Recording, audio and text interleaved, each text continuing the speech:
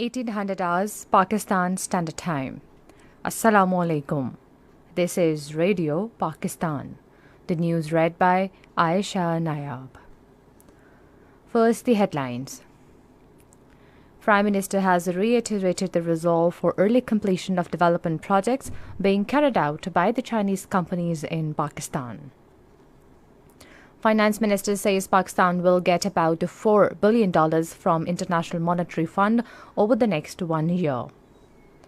Minister of State for Foreign Affairs has emphasized for ensuring conducive environment for promotion of business ventures among the D8 countries. All Parties Hurriyat Conference has strongly condemned the continued illegal detention of Hurriyat leaders in Indian jails. Pakistan has called on the UN Security Council to effectively address the lingering Palestinian problem as the most urgent priority to bring peace and stability in Middle East. On the fourth day of Gale Test against Sri Lanka, Pakistan in their second inning, chasing a victory target of 508, were 89 for 1 at stumps today. And now the news in detail.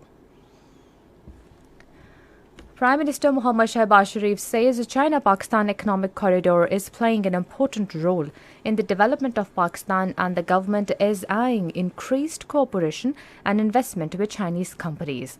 Talking to a Chinese delegation led by President of Shanghai Electric Liu Peng, he said all necessary steps are also being taken for the protection of workers and engineers of the Chinese companies. The Prime Minister also vowed early completion of the ongoing development projects being carried out by the Chinese companies in Pakistan. Expressing his gratitude to the Chinese leadership for extending support to Pakistan in every difficult hour, Shehbaz Sharif said the Chinese cooperation and investment has helped improve infrastructure and public transport system besides addressing the electricity crisis to a greater extent. Regretting delay in a third coal power project, he said its completion will help generate 1,320 megawatts of electricity from the local coal. Pakistan and China have reiterated the resolve to further deepen their all-weather strategic cooperative partnership. The commitment was expressed during a meeting between Foreign Minister Bilawal Bhutto Zardari and Chinese Ambassador to Pakistan Nong Rong in Islamabad today. The two sides also committed to further advance mutually beneficial economic engagement, including China-Pakistan Economic Corridor, trade and investment. Finance Minister Miftah Ismail has emphasized for reforms to improve the efficiency of state-owned enterprises. Addressing a seminar on improving the corporate governance and performance of SOEs in Islamabad today, he said policies will be instituted to bring inclusive and sustainable growth. The Finance Minister said we have averted default and our priority at the moment is to keep the country on the path of stability. He pointed out that there has been remarkable contraction in imports during the current month. Miftah Ismail said for next month the inflows of dollars will be more than the outflows. He said this will reduce pressure on the rupee. As regards the IMF program, the Finance Minister said Pakistan will get about $4 billion from the international lender over the next 1 year. He was confident that the friendly countries will also provide financing of $4 billion in the form of investment in stock market, purchase of 2 power plants and deferred oil and gas payment. The US-based investment banking company JP Morgan says Pakistan will not default on its payments. The company said this in an article which was shared by Finance Minister Miftah Ismail in a tweet today. Quoting the article, the Finance Minister said Pakistan's bonds are a safe and smart investment. Minister for Planning and Development Ehsan Iqbal has called for evolving a broad national consensus to achieve development goals and uplift the economy. Addressing an event regarding sustainable development goals in Islamabad today, he said a country cannot progress in the presence of polarization and anarchy. The Minister for Planning stressed that political stability and continuity of policies is a must to take the country forward. He said it is a defining moment to learn from our past mistakes and put the country in the right direction. As regards implementation of Sustainable Development Goals, the Minister for Planning said the parliamentarians should oversee the implementation of the SDGs. In his remarks on the occasion, Speaker National Assembly Raja Parvez Ashraf pointed out that Pakistan had adopted the Sustainable Development Goals as its own national development agenda through a unanimous resolution in 2016. This is Radio Pakistan. Minister of State for Foreign Affairs Hina Rabbani Kar has emphasized for ensuring conducive environment for promotion of trade, investment and business ventures among the D8 countries.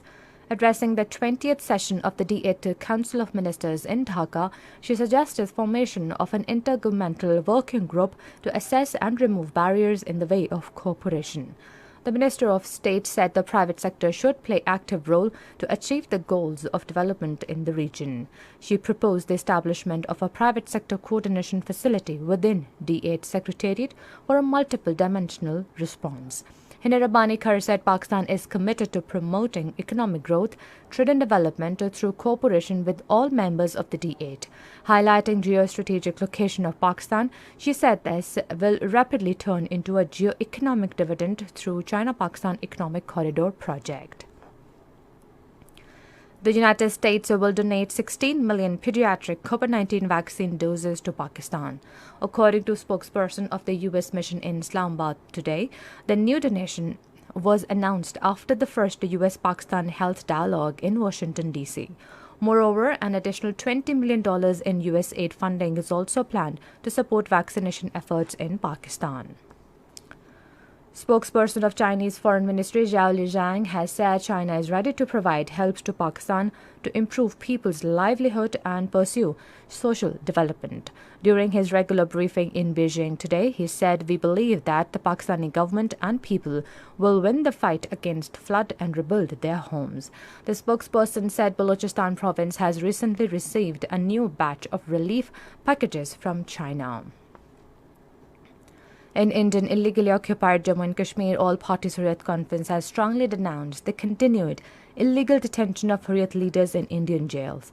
According to Kashmir Media Service, APHC in a statement said that fascist Indian government is subjecting the illegally detained Kashmiri Hurriyat leaders to vengeance for challenging India's illegal occupation of their homeland. The statement said the denial of basic facilities including proper medical care and hygienic food in the jail has taken a heavy toll on the health of these leaders. It said worst Indian atrocities have failed to force the Hurriyat leaders to give up their just cause, and they are determined to spearhead the ongoing freedom movement till it reaches its logical conclusion.